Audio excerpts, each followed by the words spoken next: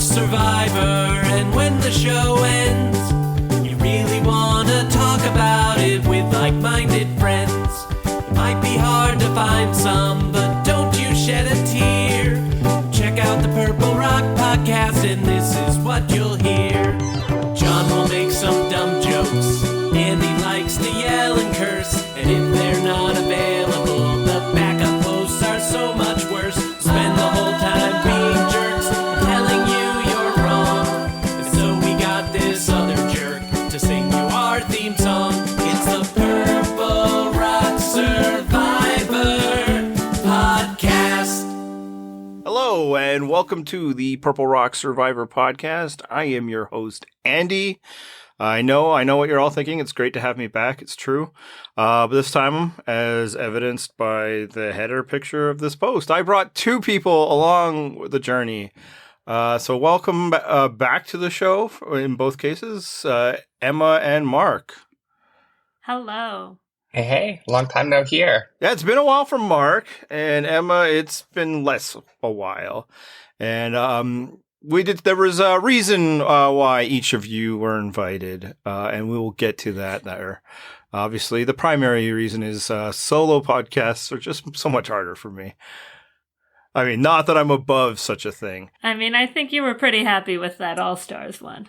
It worked out. I wasn't really interested in A, subjecting anybody else to that, and B, what their opinions would be in the first place. But let's talk about, how about like season 44? Let's go with that. I've talked about it for one episode. You guys haven't talked about it at all. So I'll get both of your guys' thoughts and just kind of where you're at with the season 3 episodes in. And let's start with Mark. So I'm really enjoying it. Obviously, the episodes 2 and 3 haven't really reached the heights of that crazy premiere. And it's, too early to kind of see what the storylines are. But so far, I'm enjoying it. It's a good season of characters and a little bit of strategy. But it's a hell of a lot better than last season. How about you, Emma? Yeah, I'm always a little hesitant to judge a season too much by the pre-merge with, some probably notable exceptions that just completely stumbled out the gate. But it's been fun. There are people I've liked. Unfortunately, some of them are already gone. But there have then been others who have rose in their place. So I've been having a good time. I've got quibbles, as Survivor fans are wont to do, but it's been fun. Yeah, it kind of feels like the consensus. Everybody's like, oh, this is so much better than last year. And I got to say, I'm not sure if that's true, 3 episodes in. I think people are thinking about what they felt about last season at the end of last season. Mm-hmm. I feel like at this point last season, people are saying kind of the same things people are saying now. And I think it's fair. That's why it's, otherwise foolish to judge a season 3 episodes in. But we're here. We had Cody's hat idol at this time last season, I think. Delightful. Yeah, and as I'm going to say, it's other than ones that completely fail to launch, all seasons kind of start with that new car smell. And, everything's good. You can't hate things too much. There are certainly trends happening in this season that we are going to get into could portend bad things. Where I'm at, I'm not going to say it, Emma. I'm not going to say it. Yeah, it's been good. I'm happy to see where it goes. I think in terms of characters, though, we have a few more options this time because I feel like last year all we had was it was the Cody show, and that was basically it. So there's a lot more potential. Yeah, I feel like. But I also feel like this time last year, everybody's in love with Carla, and Gio and Ryan were fun until they weren't. So again, everybody's like, oh, there's so many great characters. No, I think there's definitely some, and I think it's positive that these people seem to want to do things. Whereas last season it did not seem that way, yeah. Emma. Yeah. Oh, I thought you were referring to last season. It's and then they all decided, actually, no, let's maybe not do things unless they're Jesse. And even then it's well, let's not do things until now. Or in some cases, let's not do things at all. And the internet will still argue to the death that I should have won. But let's talk about this season and this episode specifically. How'd you guys feel about it, Emma? Yeah, I mean, didn't love the outcome. We'll get into that. But I thought it was a lot of fun for the most part. I mean, Danny is a lot of fun, especially. I think he was a highlight. I'm enjoying, like, each tribe has some kind of interesting dynamic, so I'm not like, oh god, not this tribe again, that you sometimes can get. Yeah, I did have, tribes I was rooting for reasons, but otherwise, been fun. I wouldn't eat just a raw worm. I don't think that's going to do a ton for you nutritionally. And like, if you're doing that, why not fry it? There's a whole book about it. And also, it just seems like it'd be better. But that's not really anything about the episode. I just, as our resident picky eater, have to address the fact that, ew. Yeah, well, I'll go into a few reasons. One, maybe you don't fry it because now it's so much smaller, right? Like you're just getting rid of water. Yeah, there's going to be less worm. Already, it's barely anything, but these people are barely eating anything. Like, don't make Jeff Probst bring a little girl out in the audience to show you how little they're eating. That was when they got rice. They don't even get rice anymore. That's right. So maybe one earthworm is pretty good, and I would eat it. I'm just saying. In fact, people are like, oh, there's diseases. Like, are the earthworms in Fiji as diseased? Like that's more maybe, the earthworms soaking up the city stuff. I think we should do a good 45 minutes on this. Let's go. Perfect. I think it's small enough that there's not going to be any diseases. So I don't know what they're complaining about. I mean, I did think, though, speaking of the rice, when I assume this was everywhere now that Canadians are able to apply. There was like a commercial of Jeff like, oh, get out there. Instead of like saying what you would do, like apply. And I was like, well, Jeffrey, you don't feed them anymore. Like, I need the rice. But starving is part of the adventure. Yeah, but I just got coconut. That's right. She doesn't eat living things, is what she was getting at. Hy made the point, and he got there, but I don't think they get that much fish anyway. And, like, you never know how you're going to react. I think fish is probably better on the stomach than, like, beef. But, pour one out for Joe Del Campo. But, also, coconut I don't enjoy anyway, so, it's just not going to work out for me. This is the reason it wouldn't work out. That's the only up reason. Until the new era, you were ready to just full on dominate. Yeah, we definitely won't discuss other factors later in this episode that might be a factor in my going out early. Again, until the new era, that was never before an issue. that, I would have been fine. Actually, yeah, I would say now slightly better off than before because I was much lighter before that. How about you, Mark? How'd you enjoy this episode? If you did enjoy it, I should not put words. No, I did enjoy it. The season's been doing a really good job of like balancing between the tribes, like not just because all three of them have gone to tribal council. Well, is it but not also just because, in or general. that's entirely because? No, I think each episode is kind of giving each tribe a little bit a segment, like Crazy Worms for the tribe that keeps winning. So I am enjoying it. I think it's another season like 42 that has a lot of big characters. So that's been interesting. I mean, there's been tweaks in terms of the gameplay, but I have a reading interest on each tribe, and they're doing well. So I'm enjoying the season. Yeah, I think I enjoyed that we got 3 episodes, 3 different tribes, similar decision making that we'll get into, but I think that's been beneficial for the season. I also think that like the stories are a little more varied. We have different kind of things going on with the characters. The character types aren't as varied as maybe I'd like. They are similar to what we've been getting in the post-merge, which is fucking dorks all the time. Just dorks all the way down. Just talking about Star Wars and nerds in high school. And D&D and all that. And again, I'll get into why that might be a problem when we get into a different discussion. Again, I used to really like the dorks on Survivor until it became entirely made out of dork, in which case now the non-dorks tend to stand out a bit more. Now you only like jocks. Yeah, that's right. Just stuff all these dorks in the locker. But yeah, and I think you have different camps. You've got the dorks, you've got the normal people, and you've got the like fucking weirdos. Which in this case would be a Carolyn or a Jam. You got the dorks, you got the nerds, you got the geeks. The dweebs, sorry, I can't do the whole Ferris Bueller bit, but they all think he's just one righteous dude. He's a righteous dude.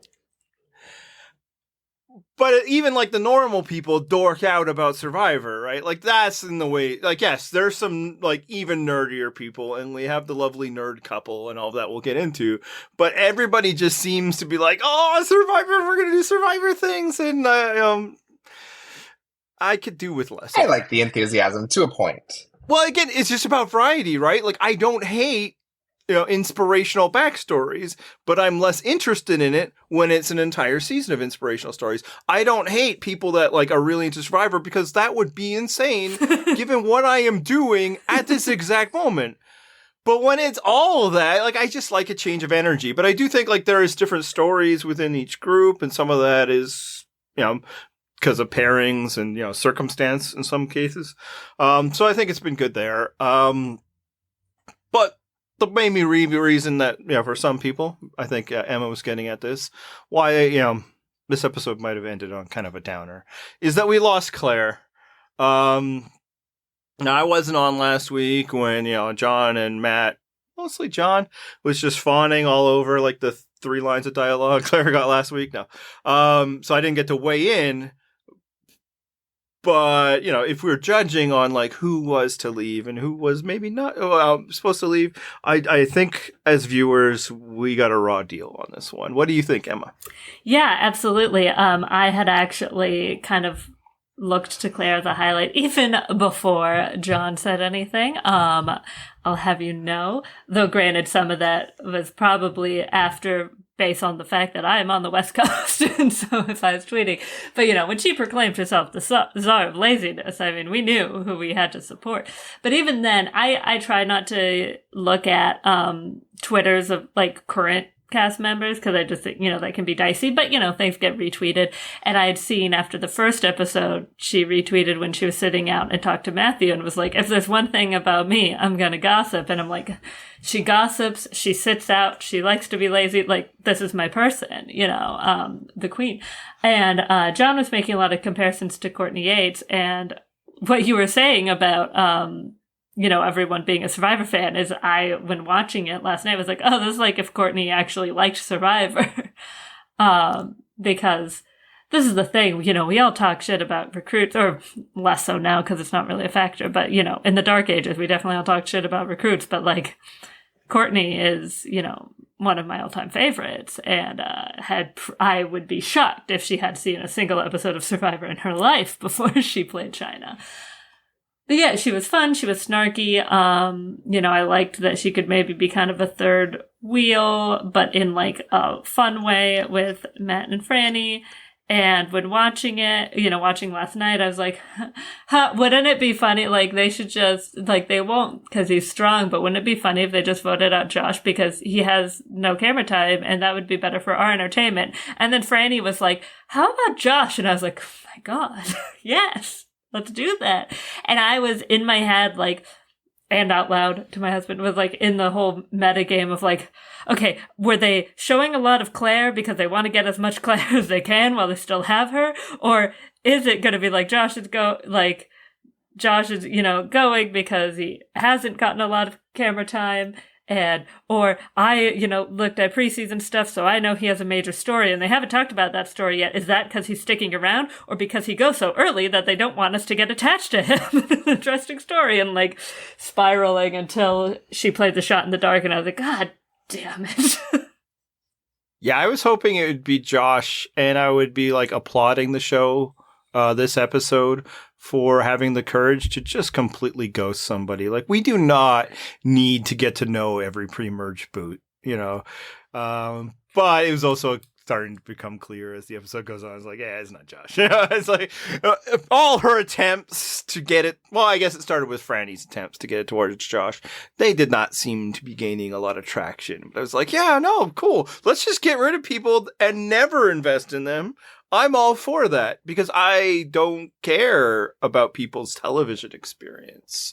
I care about my television experience. And it was, maybe Josh will be entertaining, but he hasn't been, and Claire has been. She was the best part of the Frannie and Matt pairing, and for my money. Like, there's some cuteness there. We'll get into that. But her reactions. Now, Not as funny as Courtney Yates. Yeah, like it was. It's a high bar. The jokes weren't as strong. I feel like the reactions were good. Like the looks and like, what is this?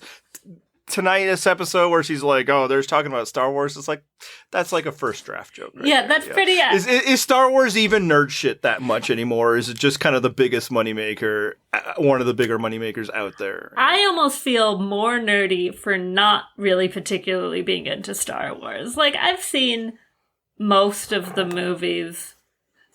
They're fine. Even the original trilogy, when I like rewatched leading up to the new one, I was like, especially A New Hope, when it ended, I was like, oh, that's all that happens, huh? That's okay. Been watching Andor because everyone's like, no, this one's the good one. And I still have 2 episodes left, and then like, okay. We should totally do an Andor podcast and just like Mark blow his mind because Yes. I bet am so much closer to your opinion on this, Emma, than Mark. Everybody else, yeah, this is the gold standard. This is amazing. Like, yeah, no, it's pretty good. And I It's all understand. right. This pains me right now. And you know what? I'm married to a big Star Wars fan, and when he complains, about some of the stuff because he's not into the newer stuff, I'm like, well, at least George Lucas hasn't come and maybe he is, but at least isn't constantly saying really bigoted things because, we have our own nerd major franchises that we were attached to as a child, and some of them are aging better than others. You're hinting around it, and I'm gonna let you talk in a minute here, Mark. I probably would have put like Claire as my all-time favorite pre-merge boot if she had just called them Harry Potter dorks. If she would have been like, they're just talking about their wizarded bullshit, I would have been like, yes, queen. All right, Mark. Sorry. Oh yeah. I don't know. That whole comment kind of struck me as like a Mean Girl thing, so I could have done without that confessional. And you know what's a great movie? Mean Girls. Agreed. Better than Yeah, Star I don't Wars. disagree. No, If your assessment is she was coming off mean, I just don't have a problem with You know that. who's also mean? Courtney. Courtney's like a fun mean, though. I don't know. Claire just rubbed me the wrong way, so Yes, I'm you really not. spend a lot of time talking about being a nerd in high school. Yeah, I mean, part of the thing is that Guilty as charged. Claire's targets are like Frannie, Matt, and Danny, and Courtney's target was Jean Robert, right? So there, she doesn't seem that mean because it feels and is justified, but Yeah, who did Claire have to talk that much shit on? They all seem lovely. she wasn't even the one suggesting that Josh was all suspicious for some reason that we have no evidence as viewers of. That was Franny. Yeah. No, I mean, I will admit I came into that whole decision at the end of the episode biased because I am rooting for our local people, Josh and Carson. So I really didn't want Josh to go home. And he definitely is not as reserved as it is on screen. But I don't know. Other than her facial expressions, which would have made a great juror, I didn't really care that much about Claire. She like I said, she gave off mean girl energy, kind of a negative. She was like the chief laziness czar, which I don't know is admirable for us to stan, but also when you're in that kind of game, I don't know if that's the right move. So here's where I can talk shit about Claire. Before we even get into the game. I mean, she's a tech VC, so really, there's a chance that she actually fucking sucks. That did give me more pause than anything else. Like, when we were at the bios, I was like, oh, tech VC, I don't know about that. And then, watched it play, and, I think Regina George is great television, personally, so whatever. Yeah, and then it's even when she's starting out, and so she'd use her powers of assessment or whatever from investments. Kind of feels like she did, given what we know and how solid those investments seem to be of late. Yikes. It's oh man, Claire has not been on her game like this since doubling down on those silly monkey graphics. I couldn't think of the name. So see, it's good that she didn't win because she would have lost all her money in Silicon Valley Bank anyway. Yeah, so let's talk about game-wise rather than entertainment-wise. Do you think that she was the right choice for Ahsoka to go after? Let's start with Mark. Yes, 100%. Good. Emma. Yeah, I mean, I think always with these votes, it's okay, from whose perspective, right? But Absolutely. But I think with the game the way that is, and the fact that we have had every tribe go to tribal, Tika? Purple. Purple is only behind because of losing Bruce. That you unfortunately, like, you have to kind of be focused on challenge strength. And that's why, like, when looking at it, I was like, well, shit. Because, like, Danny is in great shape. Josh is in great shape. Matt may be the nerdy one, but he's, like, not a small guy, you know? He certainly can hold his own. So it's like, well, once Danny was like, and Heidi and could have Frannie sat are out. strong. They could have swapped. Like, Heidi and Frannie are strong. Then it's like, well, shit, you know, like, what are you gonna do? And, you know, with the sitting out of it all, it's hard to say because it's like, I don't know how much of a team decision it really was. You know, we don't get to see those conversations. That's what she's like claiming. If it is, well, then, yeah, what are you gonna do? Like, you know, I guess you could like fight to do it, but then it's like, if you lose that one, then they're going to be like, well, what's the thing that was different? And then it's not like she's the reason they lost this time. But it's all like, when every freaking challenge is carry this big heavy thing to this big heavy thing and then do a puzzle, which is also made out of big heavy things. I don't think it was just challenges, though. Like, the scenes at camp, like, definitely kind of gave the vibe that she was putting minimal effort into everything. Like, She literally called herself the czar of laziness. Like, exactly. that is a thing that happened. And I read somewhere that she lost the tribe's machete, so, like, that also could have been a factor into things. That's not great. Yeah. Well, let's go. The reason given on the show, the reason that Danny puts up her name, whether this is the full reason or not, and yeah, I think we'll get into that too, is, hey, she's not competing in challenges. And some people might think that's unfair. I don't. For one, I rarely think most vote outs early on are unfair, other than an issue we're going to get into. You got to vote out somebody, right? And also, like, what is fair, you know, Yeah. any reason. The reason why you vote out somebody in Survivor is because you want to win. That's why you vote, and you vote in ways that you think will aid in your ability to win Survivor. So it's not really about fairness, and I think people who try to get into fairness are bad at Survivor and typically lose early. It's for the show to try and instill some level of fairness because, you know, they're the ones casting these people. And again, we're going to get into that.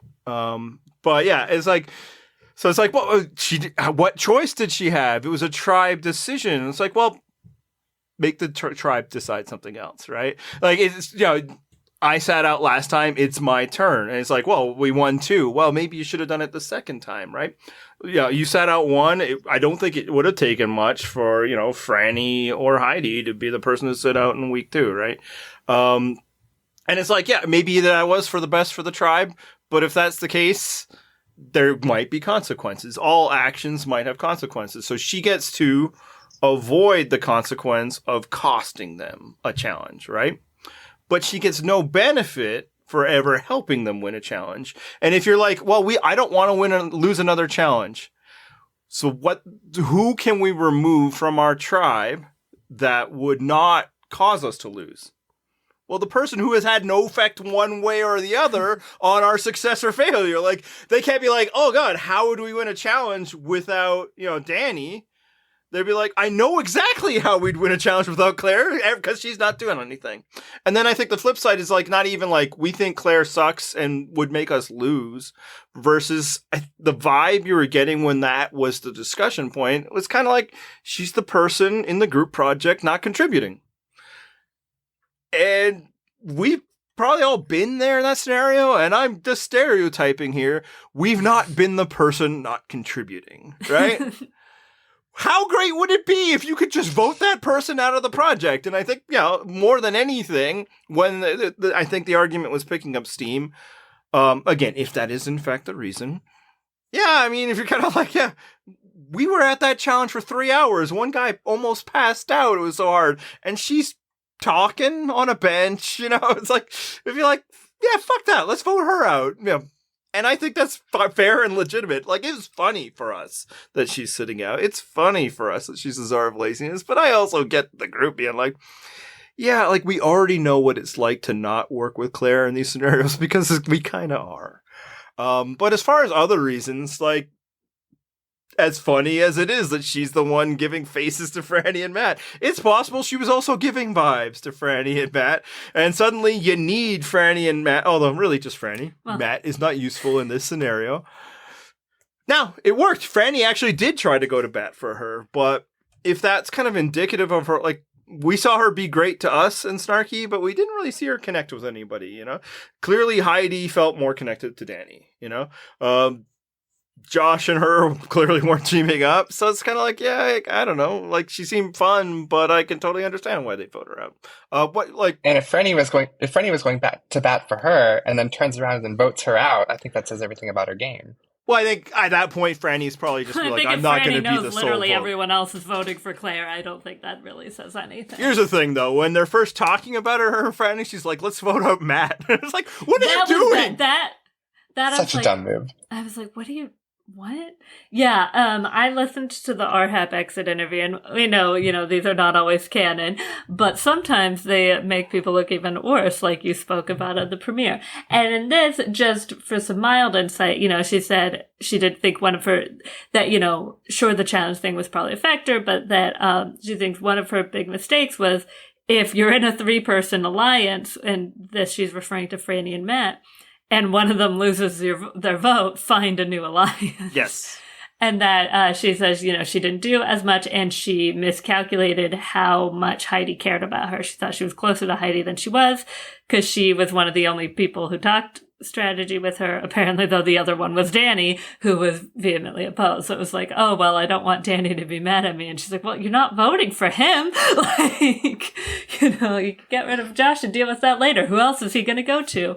But, it didn't go that way, obviously. And yeah, I mean, I think, we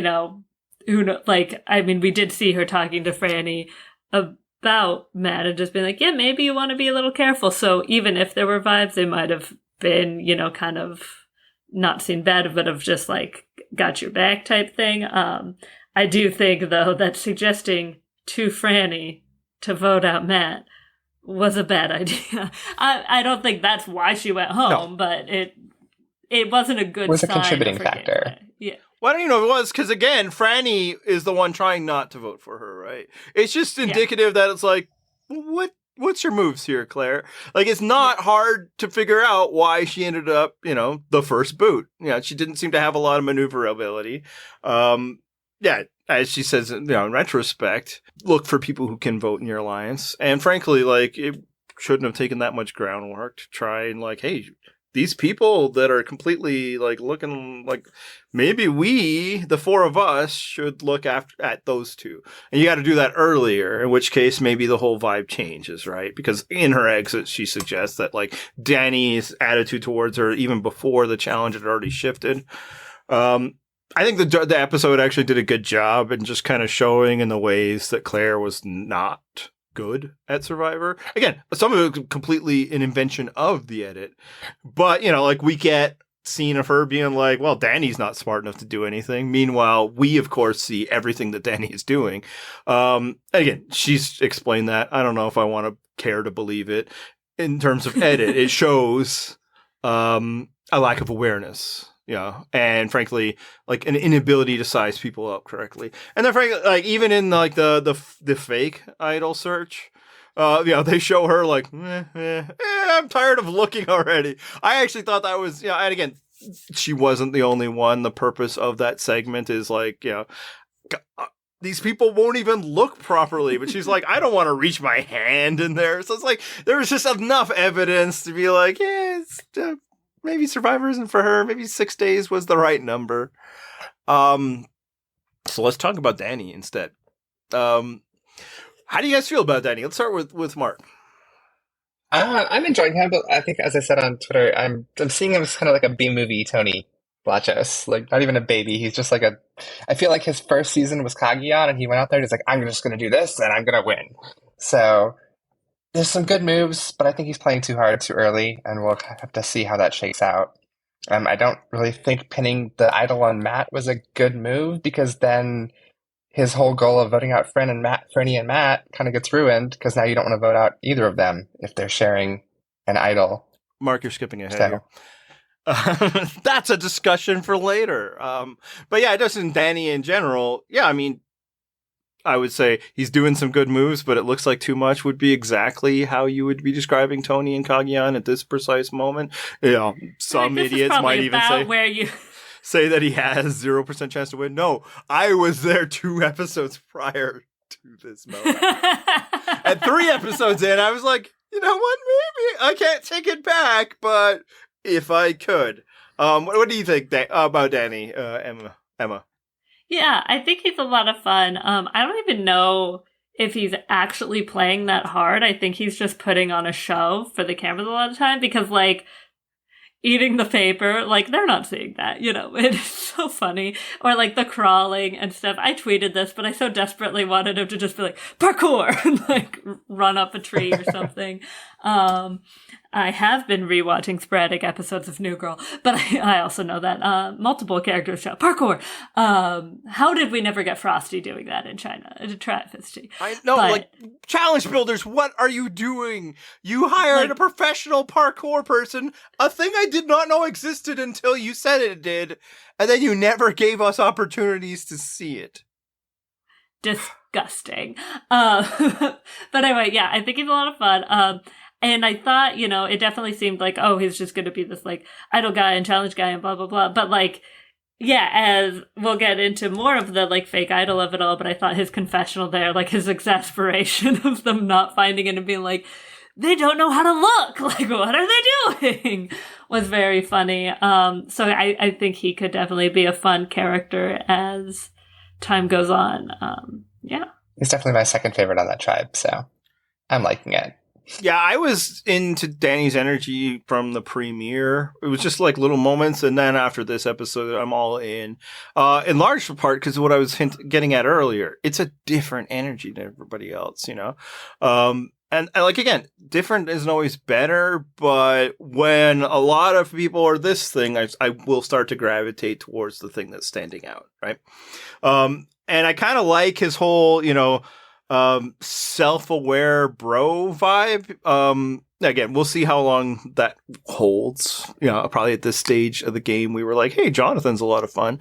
But like, yeah, man, you say like he's a B Tony? I'll take B level Tonys. Like, Tony is singular, but just like, I'm gonna do stuff because I think it'll get me attention because I'm clearly somebody who loves attention. That was me speaking as Danny, but also speaking as me. So we know who you'd be like on the show. He doesn't have the energy. He doesn't have the cholesterol for that. But I love that energy. And like, that was actually when Claire was like, I'm not going to keep up with Danny. I respected that part of the czar of laziness. Because it's like, honestly, no, none of you should try to keep up with him. But of course, that was the mistake everybody's made when they play with Tony. It's like, he'll just burn himself out. He's not a real threat. So I'm interested in seeing where that goes. But even if it goes nowhere, the fact that he's like, I need to do a little role in this segment. I'm like, yes, that. I just need more of that. I don't, again, and if everybody was Danny's, then I wouldn't care for it at all. But I just like when there's a separate energy, just like why Cody stood out last season. And yeah, I thought he was really funny. Like he said, I at one point thought it's like he's gonna have to dig up that idol and put it somewhere else. I thought that was a great idol segment because what ends up happening a lot when, you know, we discuss who gets idols, who doesn't get idols, is some people would be like, well, they're the only people, like, good on them, they're looking. And it's like, well, not everybody's looking. But then everybody's like, well, everybody's looking. It's like, yeah, but clearly, in some cases, some people look better than others. Because he did not, he basically put it similarly to where it was. And like, on this tribe, like, nobody could be bothered to bend down and move grass. And it's like, not as fun as last season. Even on Survivor, they're not touching grass. Yeah. And I mean, it's a bunch of dorks who probably need to go out and do that, right?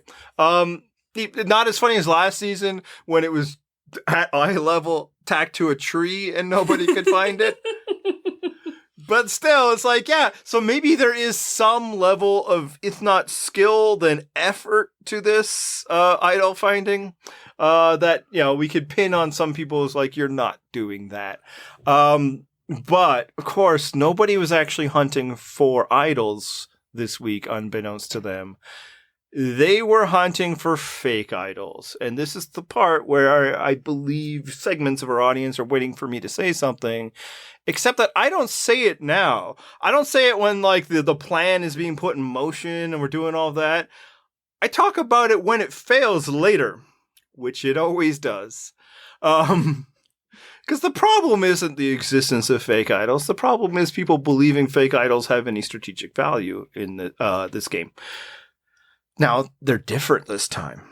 The show is just handing them to. These are production made with production clues or parchments. I guess they're not clues when it's telling you the rules. So maybe these ones will succeed more. And Danny, in his exuberance, is explaining his whole strategy, and we got bird cages and all of that. But, like, is it different? You know, again, but let's talk about the parts. Was the whole, are you finding it fun? These double fake idols we had this week, Emma.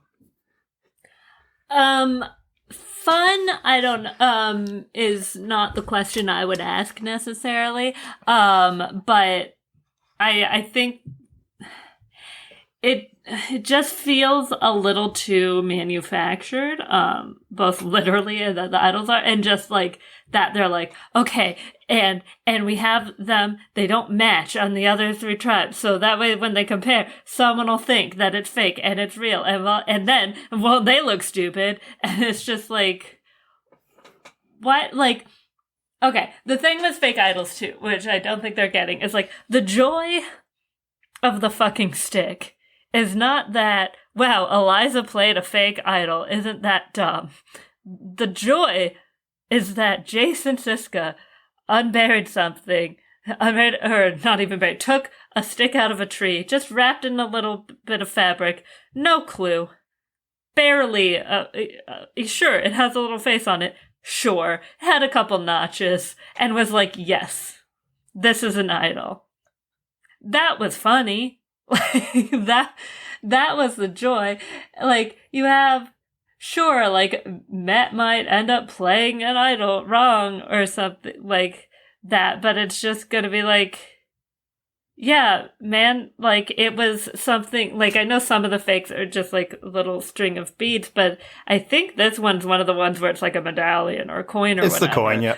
Okay, there's so many fucking things, and it's just like, well, this is something that's made by production and has a note, like, and was in the birdcage, you know, or whatever. Like, there's no reason for him to doubt it. Like, at least, like, Jay, when he found David's fake idol, like, David did an excellent job, but if Jay had perhaps, like, had a meal and slept or something, he might have been like, huh, the paint on this coconut is actually just like a triangle and not like a full logo like the other ones have been, or something like that. Like, or this coconut sure felt open already, or something. There's nothing about this to give anyone a sense of like pause.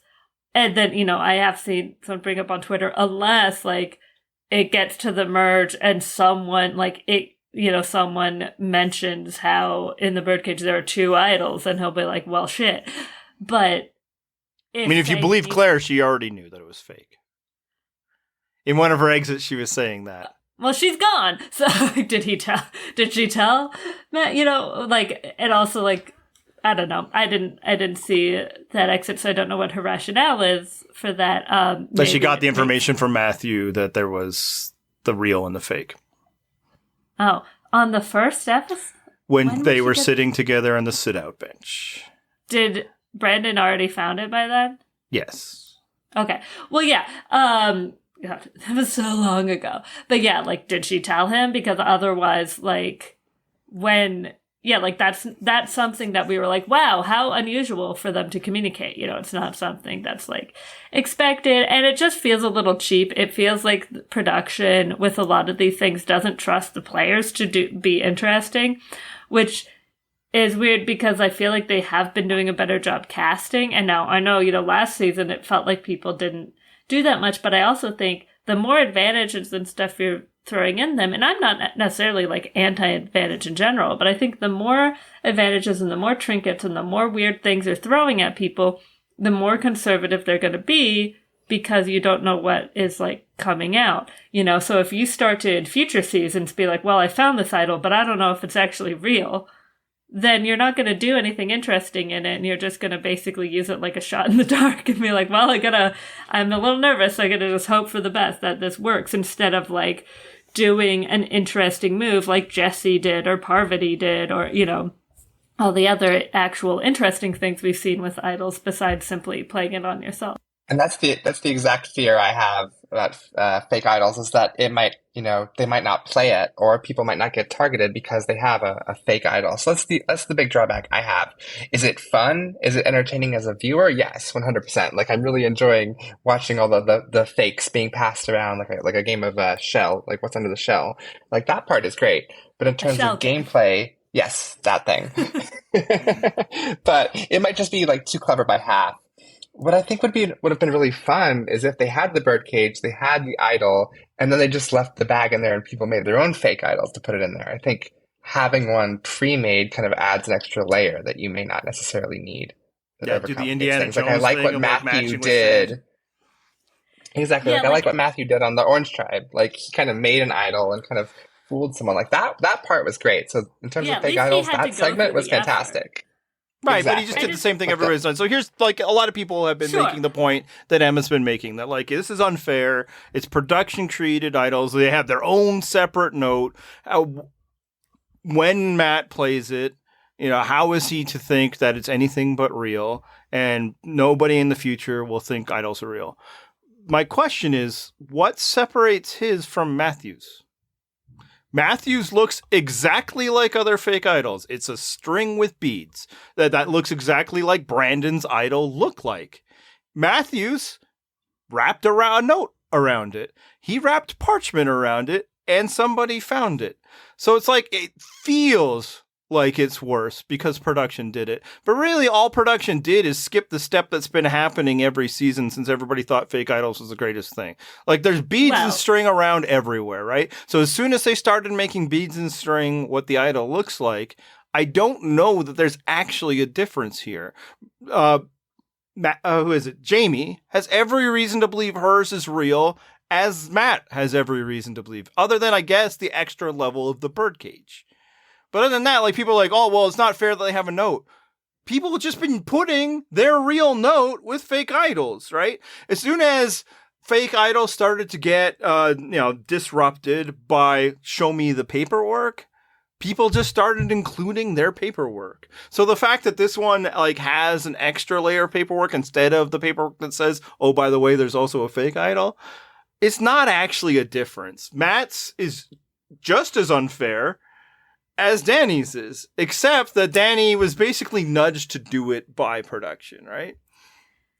So I think, that's one thing where I think it's not necessarily unfair that Danny is nudged, but I do think it's less interesting, and I don't like the production nudging. I would argue the point about one being more clear than another. Yeah, some of the idols this season are a string of beads. Some of those are the fake ones. However, again, Matt's is something that is not found on the island. Maybe. I mean, we don't know what other trinkets are hanging there, but let's accept that he particularly has one that does. And because Matthew had to go through the effort of making them, sure, it might not happen, and they haven't seen 43, but someone is, I think, more likely, or it's at least possible that someone would be like, huh, my bag had more beads on it before, or wasn't there a strip of fabric here? These are things that have happened in other seasons when people have been making idols from beads since Gabon. And, in Cambodia, Cass is making a bracelet, and people are all suspicious that she's making a fake idol, and she was making Kelly Wentworth a birthday gift. But they've had beads and stuff like that to do this, which I also think is a little lame. That it's oh, well, we're all entranced by this fake idol, so let's start giving them shit, instead of where they used to really have to hoard stuff like a magpie from tree mail and things like that. So I also think it's lame that they're just like giving them a bunch of shit. But it is possible that people will actually notice when some of that stuff is missing. Like we had, the 43, obviously the special beads were like the idols, but people were also attached to their other beads because they're like, ooh, I'm gonna keep this as a souvenir. So if you notice someone's is like not on their bag, you might be like, well, that's weird. And then someone pulls out, it's like, look, I found the idol. And they show you. And it's like, oh, wait, aren't those just Matthew's beads that have been missing?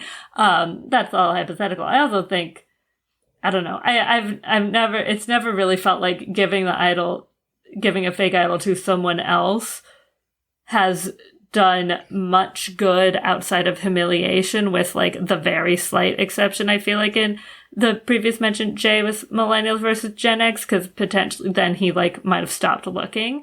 But in terms of like Jamie finding it, I think there's a higher chance. Some of these, like, there's slight benefits, like, okay, maybe they don't think Danny has it now until people figure out what really happened. Or like Jamie is apparently going to be working with Matthew now, although it seemed like they already had a relationship, since she's calling him Plant Daddy. That I feel like it's kind of better usually when you have it for yourself to make people think you have an idol. Like now they're like, oh wow, I guess we can't vote out Matt. Like I can't wait for that to blow up. And like I tweeted this, I can't wait till Danny wants to target Matt and no one else wants to because I think he has an idol. Yeah, so we're getting into my territory of like, yeah, that is not strategically valuable, and in fact, it already feels like it caused problems. Why was Claire the best target instead of the four of them splitting votes on Frannie and Matt? Could be A, as you're alluding to, people are now afraid to vote for Matt because that's another thing that happens. Yes, getting an idol can put a target on you. We saw that with Brandon. Didn't work out so much for the person that did it. But it can also put a shield on you, like, oh God. And from here on out, they can't split votes because they're unaware that Matt still can't vote next time. So they would have to assume that they can't beat a 2-2-2. However, it's actually more complicated than that because it was still good for Danny to not go after Matt, because what he's trying to accomplish with this fake idol is just to keep the spotlight of idol having off of himself.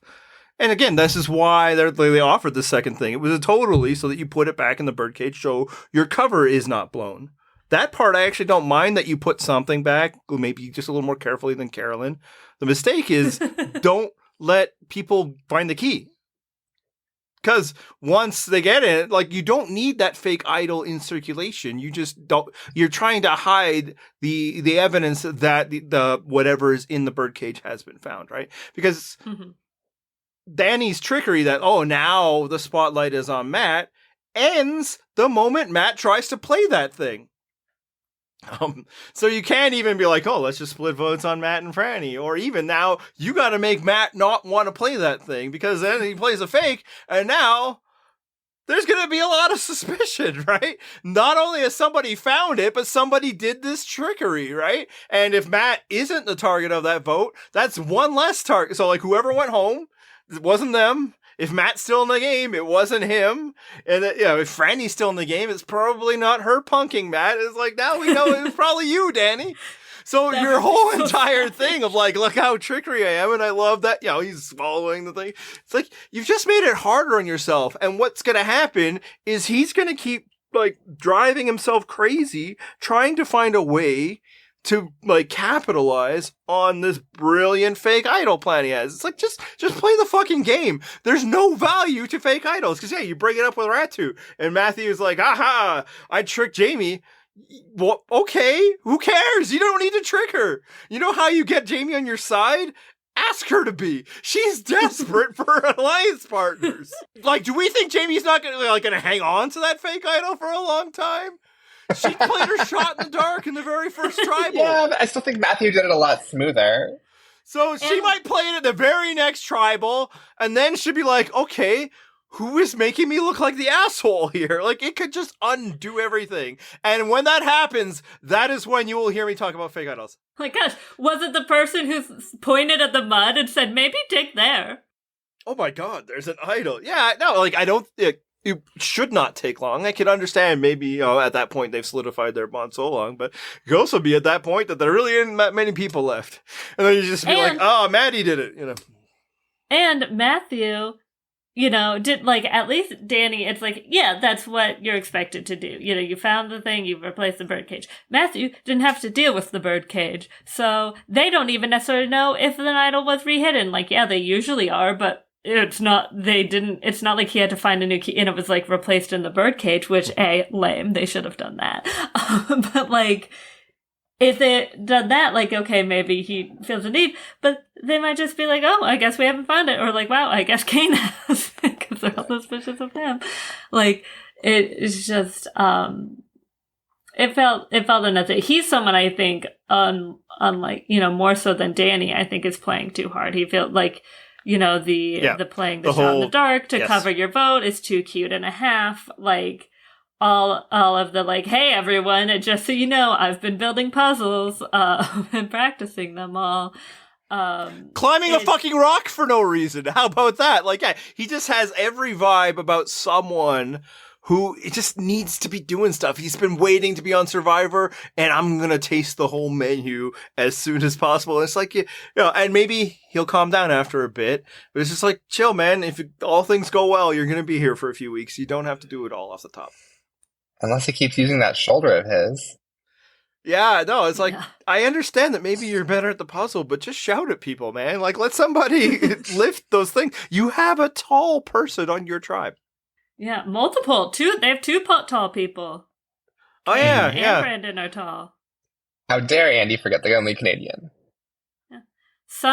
Sometimes nerds are tall, too. I know. I'm aware. Shocking, but it's such a waste when they aren't on my basketball team. It's just like, why? Why did someone give you this gift and not I? Yeah, it's just anybody's wondering is, yes, he screwed up the anthem. And I noticed it instantly. Now you could argue that his mistake might be a change that we might want to consider just making the anthem. And if so, then I guess Kane will just be, you know, like a influential figure in the history of my nation, but it is not our home in Sacred Land. Let's go back to Soka, because they talked about it last week, them being the people that aren't us, talking about Frannie and Matt. And I figure this week, at the very least, I'd like to credit Emma for being the one making the observation that they were talking about. Thank you. Wait, someone said something about it just being two obnoxious hotties. Before we talk about the obnoxious hotties, one more point about the idols, though. Is it really any more unfair than, like, all the other changes they've been making, like fake merges and layers of advantages? Yeah. Those also suck. No, those are worse. That's the thing. Like, those are worse, and people are kind of lumping this in, and I can just see why it feels like it's worse than other past fake idols. But I feel like what really happened is the moment they went to, we're making fake idols look like amateur hour crap, then it's all been equally unfair. You mean real idols? Carolyn's fake idol that was given to her by production looks exactly the same as Matt's made fake idol, right? So, you know, the idea that, like, oh, production made this fancy one that fooled Matt more than what will get fooled by other people. Like, that's the other thing. We still have another fake idol in play.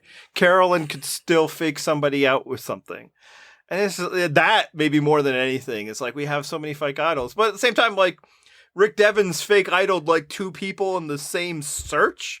So, like, again, this is all been there. And it was the meanest thing that anyone's ever done. Don't forget that. Yes. I fucking loved it. Like, again, when it's, and that actually is better because, yeah, he did it all himself. There wasn't notes. It was funny in that they kept believing, like, yeah, maybe I found an idol too. And it's like, at some point, some of you know you didn't find an idol, right?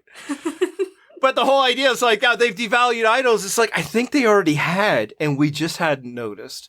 And maybe, and this is, you know, if you want to look at somebody to blame, yes, you can go with production. But you know who I blame? Everyone else. Everyone who has been all this time being like, no, Andy, you're wrong. Fake idols are great and smart. This is what you brought, is the show just wanting to become this, you know, dumb trickery when it should be about fooling people with your own, you know, guile, or it should just be about my opinions being right. Your point about Frannie and Matt was that this is the first time that it's not just obnoxious young hotties. And you and I talked about it a bit, Emma, and I couldn't even find like a close example. Like what I was setting out to do was finding the ugliest showmance in the history of Survivor. And I honestly didn't have any names. What are your thoughts, Emma? Yeah, well, first of all... I mean, I have a name now, but, I didn't know in other than those we are speaking of currently. Who also, by the way... Oh, they're fine-looking humans. They're just not... unattractive people. You would not define them as young hotties. Well, first of all, apologies to both our noble commenters as well as... sorry. I just saw a text come in from my husband saying, if I see this, tell him what flavor of ice cream I want. So if someone else wants to talk really quick, so I can get some ice cream. All right, Mark, what's your take on Frannie and Matt? They're cute. They're adorable. I would hang out with them in real life. Is it smart gameplay? No. Are they way too obvious? Yes. So they should tone it back a little bit, which it sounds like Frannie would want to do, but she's vibing with Matt and only Matt, and it doesn't seem like anybody else on that tribe. She's booking road trips. I don't think she's trying that hard to separate that's true. the two. Well, they might be going on a road trip to Australia or wherever the pre-jury trip is pretty soon, if they keep that up. No, when nobody wants to vote against Matt and his idol. Yeah. I think that it is bad gameplay, and that I think they are both aware of it, is what adds to the fun of it. They know they shouldn't, but they just can't not. And as I'm watching their dorkability, I just want them to kiss. I just like, you're telling me to watch it, but it's like, come on, nerds, let's see you kiss. Smush faces. Well, now they have to stick around. Spoilers for a couple episodes ago of Abbott Elementary, but like watching that, I kept just telling my husband, I was like, they're gonna touch mouth! And he's like, what the fuck is wrong with you? And I'm like, they're gonna touch mouth! And he's like, why are you calling it that? Like, cause it's funny. Anyway, thank you all for indulging me, so I could get my salt and straw ice cream. Respect to all of you. Anyway, yes. So first of all, what I was going to say is apologies, because when we first had this conversation, I was like, you know what? My new job has been like pretty easy. I should get back to blogging and like do a ranking of the showmances. And then you know what I did? Nothing. Because what am I? The czar of laziness. But yeah, they are certainly not unattractive people. Matt is probably my like Survivor crush of the season, and it's been a minute, honestly, since I feel like we've had one. I feel like you're regressing, Emma. I'm just gonna say that. Continue. Look, the options are slim for my fair preferred aesthetic. Fair. Look, Chris Underwood is still my top spot. Let's not get ridiculous. Oh my god! Shout out to Hurley Tennis. But yeah, so. No, they're cute. This, I've been waiting to talk to you about this because of the feelings we had with Xander and Liana. Why did Liana have to have a boyfriend? What a waste. I'm sure she's very happy, Sure, but what about my needs? What about my needs? We can't see them on TV. Even if they were to go on another show together, I'm not going to watch it. Right. Don't encourage more Survivor players to go on other shows. And the thing is, but the reason why with my like obnoxious hottie statement is that it's not just about like, oh, who's attractive or unattractive. It's that those relationships, even the ones that have led to marriages, are really kind of more of a lust-based situation. Whereas this, you can see, especially for Matt, because he's the one who's been most outward in his actual like feelings, his love is so pure, like he likes her, but he likes her personality. Like when he's like, oh, her laugh is so cute. And then they cut to her laugh, which is like snorting. Like I was like, oh, my heart. It's adorable. And that's why the people are responding to it better. I am not a dating show person, but have been trapped in hell watching last season of The Bachelorette and this season of The Bachelor because one of my very good friend's cousins is literally The Bachelor. And that's all just attractive hottie or obnoxious hotties, and it's miserable. I was like, what do any of you people know about each other? It's like 2 months long and they're supposed to get engaged. It's so stupid, but that is not the point. The point is that they actually like each other, and I think it's nice. Yeah, the mating rituals of the hot often just aren't that interesting when not presented by the lens of a screenwriter, because it's just like, yeah, I'm hot. You're hot. And often that seems to what it bears down to. And, maybe once in a blue, maybe literally once, that it ended up like developing more. It's like, oh, they're actually kind of really into each other. I mean, again, there has been other marriages, Keith and whoever got married. Whitney. It didn't matter that her husband was watching. That like tough break for her husband, but whatever. He wasn't the one, But yeah, it's just like been married very long. So. And maybe, of course, another reason why people who talk about Survivor on the internet and host podcasts we can't relate to the mating rituals of the hot. Like, it must be nice, right? It would certainly be great. Whereas this, it's like, I mean, I'm not saying I would be necessarily attracted to a Frannie, but like you feel it. Like the only reason why they're like this is because they're vibing off. Well, that's not the only reason. The other fun reason that people are discussing is like maybe Matt might just be a little down bad here. Like it would be kind of funny if Matt's ex becomes like a Twitter celebrity, and it's like, you guys don't understand. This guy was like a stage 5 clinger, and they would be like, yeah, that fits. Yeah, I get it. I do feel bad for Matt, though, that his like entire edit is how much he's pining after and he got broken up with, and he's a dumbass for falling for. I don't feel bad. Turnabout is fair play. Let's finally get the guy being just the other in the relationship. I hope he gets voted out for it too. No offense to him, but we just need some marches towards equality, that sometimes the guy, a part of the pair, is punished for the transgressions. It would be funny if they never get targeted, because everybody else is like, yeah, but they're not attractive. So like, is it really that damaging? She's not going to be a Parvati, which is, again, silly because that's not what Parvati's game was, but they won't be like, she's not going to be an Amber, because even though that would be the actual analog. Sort of also, speaking of showmance, is like, they weren't fully a showmance, even though they became one after, but like, it's the same reason I think, even though their brand of dating is not my style, but like Jamie and Eric on China, like that I thought was sweet and like pure, because they were just like, liked each other, and sure, they were like both Christian or whatever, but like, and then it turned out that their parents lived nearby, and like Eric is very attractive, and and they were, and like they have a little family now, and that's nice, like Keith and Winnie, they were jerks, like we don't like them.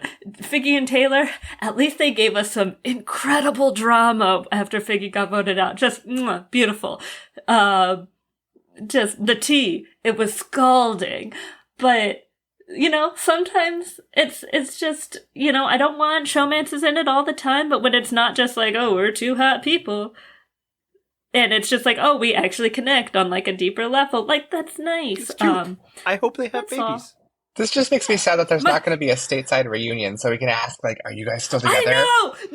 No, my mom texted me during it. She's like, I wonder if Matt and Frannie end up together after this. And I was like, oh, and we don't even have a reunion. And she's like, I trust that you'll be able to find out, though. And I'm like, oh, she knows that I know too much. The minute one of them gets voted out, check their Instagram, because then... Oh, yeah, I was like, it probably won't be until one of them got voted out, since, Alec got banned from the reunion for that. But which it was silly, because they didn't even start dating till after the show. So how is that a spoiler? The NDA is strong. Yeah, it's strong when it wants to be. Apparently, but on that subject, we haven't discussed this on the podcast. Apparently, this is a heavily spoiled season, folks. So tread lightly in the places that we're claim not to spoiled, be. But be cautious. Yeah, claim to be really good at reading and predicting what's going on. They tend to be better in seasons where everybody's like, yeah, everybody knows the results. You can go to our website for No Fear, because the two of the top 4 most picked people in fantasy apparently were Claire and Helen. So our folks, you guys are great and honest and true. All right, so we'll move on. Actually, sorry, Mark. Do you have any final thoughts about Nah. our America's favorite adorable couple? All right, I'm good. I just want babies. yeah, and I say that in America because in Canada, it's always pairs, figure skating, ice dancers. Those are our favorite couples. Oh, I mean, I know that they're not. What is it? Virtue and Moyer. I know that they're not, but like that, the Moulin Rouge routine. They are Come on, married like not even in once. my heart. Like they didn't even bang once. Like, come on. Oh, I refuse to believe that. Wasteful. I refuse. Right? Like I mean, again, I'm so off track, but I did it. I was like rambling to my husband about that once, and I was like, yeah, like the ice dancing routine that fucks, and he's like, what? And like, it's the ice dancing routine that fucks. I put it on. He's like, oh yeah, no, that. If I were their romantic couples, I'd be like, come on. And it's like, no, I swear. It's like, oh, I believe you, but go ahead, please. Yeah, like, and then share deets. I'll watch. Yes. We took it there, and I'm proud of us. All right, so now we're gonna go on Mark, a I'll send you the link. completely different track because this episode, I think, rightly inspired a lot of conversation. Because once again, 3 women were voted out to start the season after the medevac of Bruce. This follows last season, where all 3 of the first boots of each tribe were women. The first 4 boots of the season were women. The majority of the pre-merge were women. This has gotten people talking about the trends, and apparently, if you look at just and what we all as Survivor fans are calling the new era, so post 40, we're looking at of the first vote. So you've had 12, 3 tribes every season. So 12 first votes for each tribe. 10 of them have been women. So that's a percentage. I have it written down here. 83%. So the first question is, do we believe that this is a trend, that this is actually pointing to something real, or do we feel like the data is not representative? I mean, 10 out of 12 is a big number in that sampling, but it's still not a huge number if you're doing like any kind of statistical comparisons. Emma, what do you think? Is this a real thing that people should be concerned about? Well, first of all, we all know how I feel about math, which is negative. And I definitely understand that, yeah, like this is a small sample size, especially because when you're like really looking at it, people are kind of looking at 43 and 44 because those are the ones that have seen the new era and seen like, oh, there's no swaps, there's no that, have kind of gotten it, which totally makes sense as why you would cut it there, but also obviously means that we're talking about 6 now, 6 individual choices. Yeah. Yeah. And so I get like technically a trend is like 3, I think, is when you start to be able to see a trend. And we've seen this happen, off and on in seasons before, like Millennials versus Gen X is particularly bad. But it does feel, it's the same thing where like suddenly women weren't winning Survivor anymore. It takes, by the time you really see a trend, it has to have been happening for a while. And I don't want it to happen that fucking long, man. And like, so it's hard for me because it's literally hard for me to conceive the numbers, but also, we just don't have like the full data, but it doesn't feel great. Yes. It doesn't feel like it's going great. And are we continuing the other points on the thing? Or no, we'll kind of take it one step at a time here. Because I actually do want to dive deep and, to pull back the curtain. This is literally why you're on the show this week, Emma. Yeah. Although I will give you some credit so people don't think you're that tokeny. I was asked, and not only bad with numbers, but also dates, and was like, oh no, I'm going to a concert. And then I was like, days later, was like, oh wait, that's actually the week after. And at that point, I'm like, no, it's too late. I already have another co-host. But once it was clear that Mark and I would have to discuss this, I'm like, at the very least, I have to ask Emma if she wants to, because you knew I was available. Yeah, a discussion about said topic just between 2 dudes. I mean, there could be some minimal value, but it'll be easy for me, and I will probably approach this a little more dispassionately, in part just to try to discuss the issue. But that's also beside the point, man. Yeah, it's easy for me to be dispassionate. I am not someone affected. It's not like I'm completely unaffected. I don't like to see inequality either. But it's easy for me to be like, whoa, let's all take a step back here, But it's different coming from you, and you're seeing this, right? So even if we conclude that maybe it's not statistically significant, or we don't know, it can't feel good seeing it time after time after time in the past 2 years. And I'll ask you the same question, Mark, in just a bit, but I just kind of get to like the small sample size part of it. The reason why I just bring that up is that when you're talking 10 out of 12, it doesn't take that many if you start looking at like kind of the exceptions or some of the things. Like it could have shifted really quickly. And that said, 83% is alarming in any point. It's enough to make you look at it and say, hey, do we have a problem here? Is it a problem? And again, we would hope that be looking at it is people who actually have an effect over it. We are not people who play this game, that run this game, that have any say in this game. I have never been a party of voting out a woman first on Survivor. I certainly would if I was on Survivor, if that person... Again, first opportunity you got. No, my first opportunity is, hey, if I'm voting out a woman, that means I'm not voting. A man is not being voted out, and it's not that I want to defend all men. There is one man whose safety on that island I would be most preoccupied with.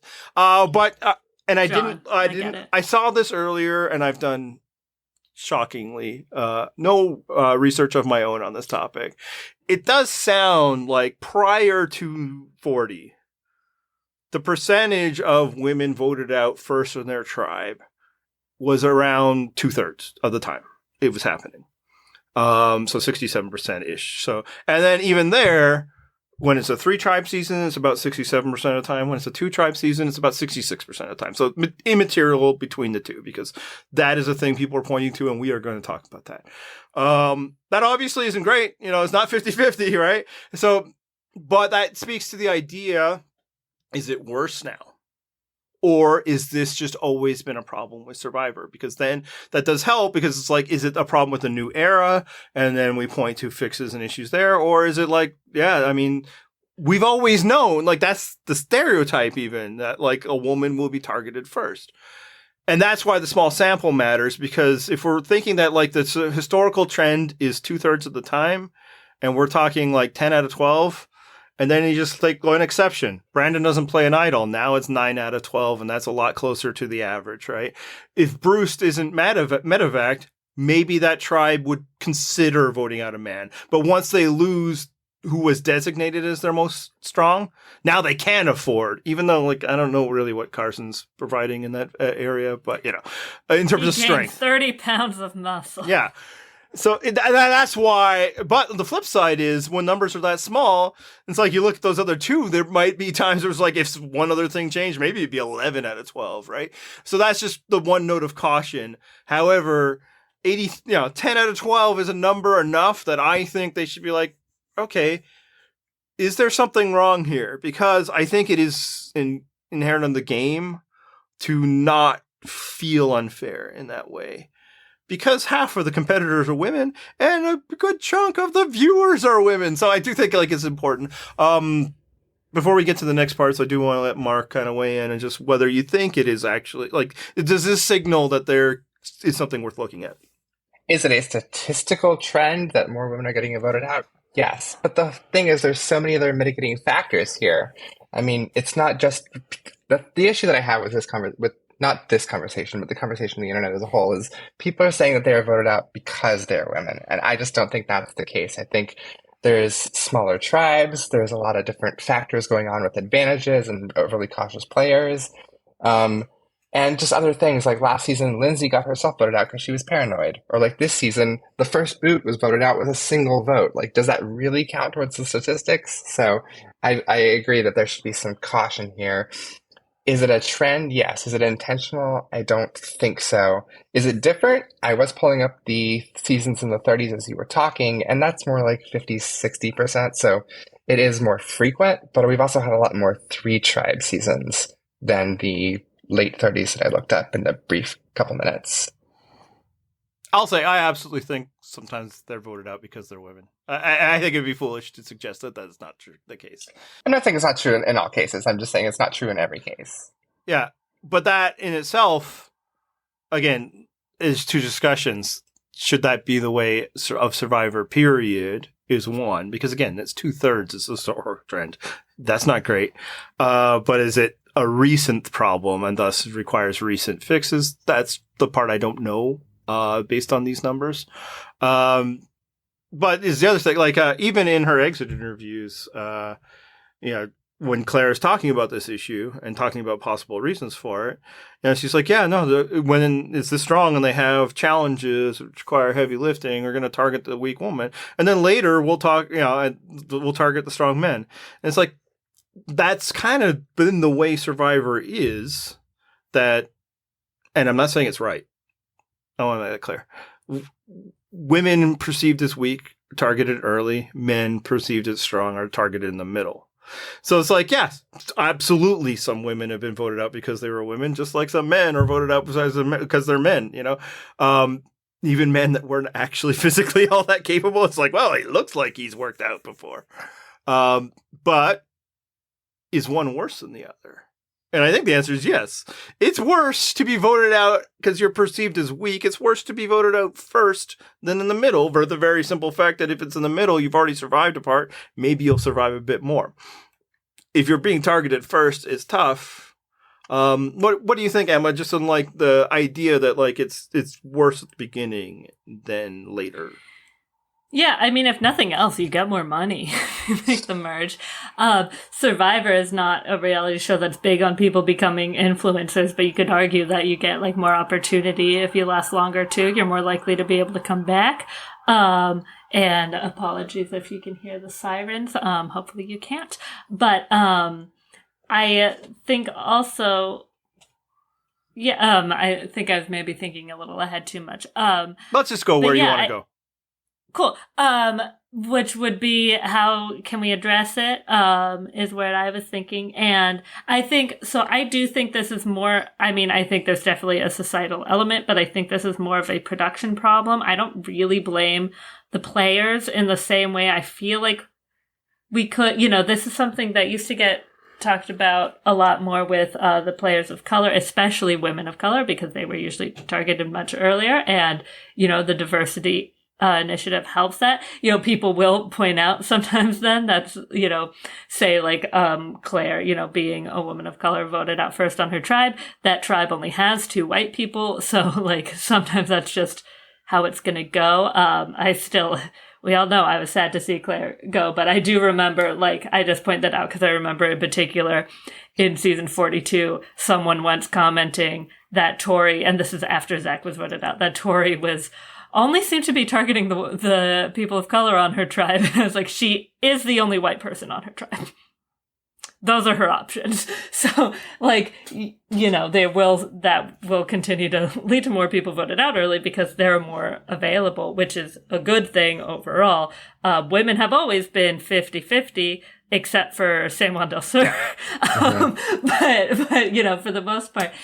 And, but I think the thing is, I do think people have pointed out the 3 tribes a lot, and I know the statistics maybe aren't super showing that, although Mark said, it looks like maybe at least with the more recent seasons, 30s and later, it is showing that. Well, I think you were saying that 30s, that it was closer to 50-50, right? Yeah, but a lot of those seasons that I was looking at were 2 tribes to start. Yeah, which would indicate that 2 tribes is better in that sense. I do think that there being fewer players, that you're way more focused on challenge strength and stuff like that. I do also think the types of challenges are making a difference. And we know they can do it in a way that isn't prioritizing brute strength because they have had 3 seasons that are men versus women. And those seasons are not, you don't see the pre-merge just with the male tribes absolutely demolishing the women. There are ways that you can structure the challenges. I also think, and this is going to sound silly, but I mean it, cast scrawnier dudes, cast buffer women, give us more Sydneys from Cobra, give us more, scrawnier dudes, because like I said earlier with Soka, what man were they going to vote out? None of those men are weak. Like, so if you were to, like, when Josh is their alternative, like, that is a very strong man who's he's not, but he's telling them he's a personal trainer, and you would believe it. That's not feasible. You know who in the new era got voted out first as a man? Zach Wurtenberger, who was skinny as all get out. Bless his heart. And, you know, Romeo probably only survives because Zach was on that tribe. Yeah, I mean, the other man that's been voted out in that period was last season, Gio, yeah. Gio. And that was also much closer to the merge, first of all, too, where things start to get, you know, a little like, maybe we can take that kind of risk. But also, yeah, Gio was very small. I mean, did great in that sweat challenge with Ryan, but they also did it so fast and it was just digging. So I think they kind of got lucky. Actually, I'm wrong on that. He was not the first person voted out on his tribe, so it must have been somebody else. He was not the first voted out on his tribe. He was the only man voted out pre-merge. Yeah. And don't that say it all. Like, and so like, it sounds silly, but it's like, or so Mark was saying, you know, oh, they're not voted out because they're women. Like, it's not necessarily because they are women and, like, we hate women. But it's like, because they're looking at strength. And from a pure size factor, many of the time, you know, the women are smaller than the men on the show. This is not always the case in life, but on Survivor, it often is. And that part I agree with. Yeah. Yeah, not everybody is Sydney from Kovrong or many of the other tall, strong, athletic women they have had. So I say if you're going to have these 6-person tribes, cast more weaklings. Like, even their nerds are big in this season. Matt is tall. Kane is tall. And, like, they're not scrawny either. Carson was scrawny, but he put on fucking weight to prepare. And you know what? Good on him. Like, also, how did you put on 30 pounds of muscle in 3 months? Drop the gym routine. But, like... It's a great advertisement for the Georgia Tech gym, I'll just say that. Apparently. Like... Steroids. If he... if he hadn't done that, he probably would be one of their early targets in that episode, you know, but he did, and good on him.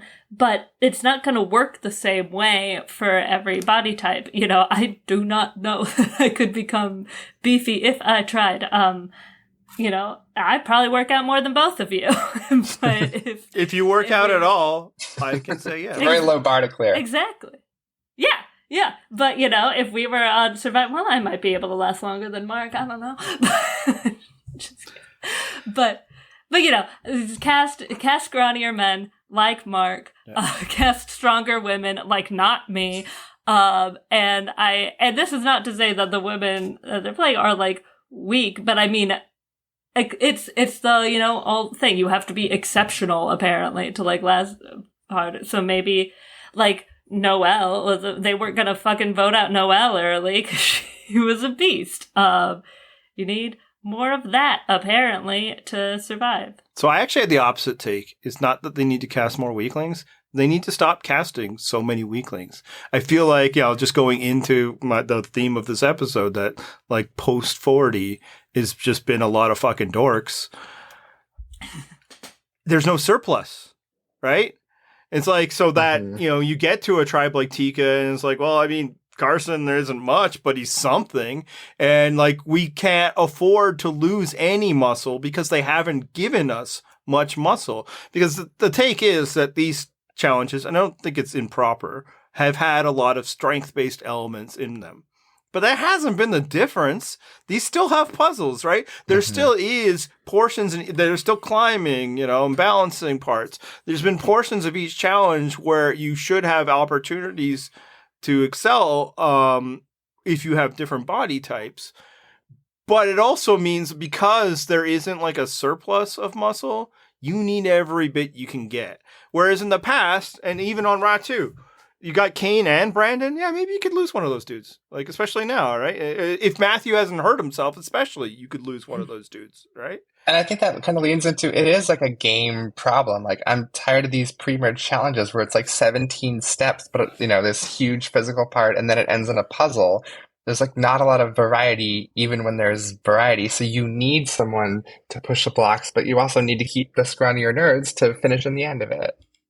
Yeah, because it's like, it's not why they lose, but they know that if like nobody can lift the thing, then we're never even going to get out of the starting block. So it's like Jam Jam isn't even that physical, but we lost Bruce already. So it's like, that's it.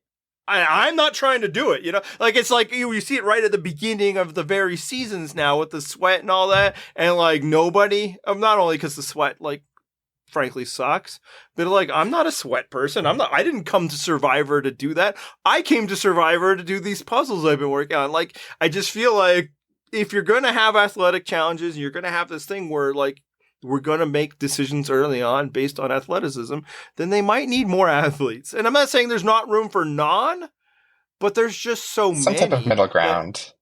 Because like each season, and maybe this season will be more balanced in that regard, let's say, but it usually is like, well, there's Jonathan, there's everybody else. There's Danny and there's everybody else.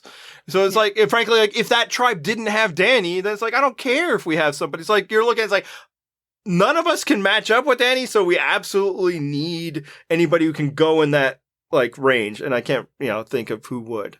Deshaun. Yeah, I mean, well, they were on the same tribe. Oh, I thought that's what you meant. Sorry. Yeah. So like that's it. It's like, you just might need more physical players if you're going to insist, as I think it's fair for them to do, that physicality in challenges is going to be a part of our brand. And as far as, like it's going to put, weaker players, men or women, but more often women at a disadvantage. Well, that's always been true, right? Like there's never been a time in the history of this game where you, Emma, didn't think that, man, I would have a real hard time escaping the first few votes, right? Like that is not new. And I would argue it shouldn't be. If you're not good at that portion of the game, you should be in jeopardy of losing that portion of the game. Because the flip side is going to be that if, like, Jamie and Carolyn can get past this part, nobody's going to come for them for, like, until the end or if at all. And that's always been the way it's been. If you can escape as a challenge liability early, then you get to skate free for a while later, right? And so that, and again, I've really liked, some of my favorite players are challenge zeros in the history of the game, right? But I also think it would be entirely fair if their tribe was like, you're a challenge zero, we're going to vote you out. And so and again, so that's just kind of what I'm saying, but the prescriptive thing that a lot of people have been saying, so that's my thing. It's like, maybe they just need actually more athletes. Again, it's not like all. I don't want all. I don't watch the challenge regularly. I don't plan on watching it ever again. Although even that show probably needed to cast more athletes. But again, like it's a part of the show. And then if you have more, because that's, I think, what we've seen in seasons past, right? Where it's like, how do we vote out somebody like that? It's like, well, because I can do it. It's like, we don't need him to do it when I can do it. But we're at a point where it's like, how do we vote out Jam Jam? Because literally none of us, we're not even sure if Jam Jam can do it, but we sure as hell can't do it. And I think that might be a simple, but other than that, it's like, it's not 3 tribes necessarily, but maybe switching it up every once in a while would help. That's what I was going to say. We're missing swaps. We're missing that mixture of talents. I say it's not swaps necessarily, more so that sometimes there should be a swap and sometimes there shouldn't. Sometimes it should be 3 tribes, sometimes it should be 2. Sometimes there should absolutely be challenges where, kind of sucks that you voted out your strongest player and now you're going to suffer. But then the next challenge, maybe it doesn't matter, and they haven't done it. I think it's the combination of the 3. And one reason why I don't think it's just a 3-tribe setup is I am fully confident in the power of sexism to put those targets on women in a 2-tribe scenario as well. The patriarchy is strong enough to overcome the 3 versus 2 thing, because that's the other part of this. I do think the show needs to look at themselves and see if they are creating scenarios, but I think it's also inescapable that like women that aren't weak get perceived as weak because, we as a society devalue women. Like Helen was a great asset to them. And maybe again, that's not why she was targeted, Maybe I think that was avoiding a tie, which goes back into the whole, like, there's too many advantages and mitigating factors to have to consider. Like, I don't think Carson was going to go to Rocks for her, even though he vibed with her better. So yeah, it's because Sarah doesn't have a vote. It's because Jam Jam wanted, the weak target was Carolyn, to the point where even Carolyn's like, why is it not me? So it's like, I think you look at all of those, and because I do think there has been a shift post 40 to revalue challenge strength. Yeah. Whatever strength means. I think that's a good thing. I think we had gotten to a place prior to 40, like right before, where the entire concept of like your like tribe became meaningless in the metagame. That's where they were like doing too many swaps, I feel like. And I think the reason people are arguing for a swap to help with this is because it gives tribes a reason to value loyalty or something besides challenge strength. Yes. But when they were switching every like 2 episodes, that took away all of that. And that was too much. But I can see the value of like 4 episodes in going to 2 tribes. It's a balance. Then it's like, okay, well, again, and that's why I think they just need to switch it up more frequently. No, I agree. I think that's something that I don't know why they're so married to like, let's keep everything practically the same. Like, how is that keeping us? Well, I can also toes? argue though that like you needed to do it at least enough in a row that people stop anticipating. Now they're anticipating no swap. Fair. So next season maybe swap.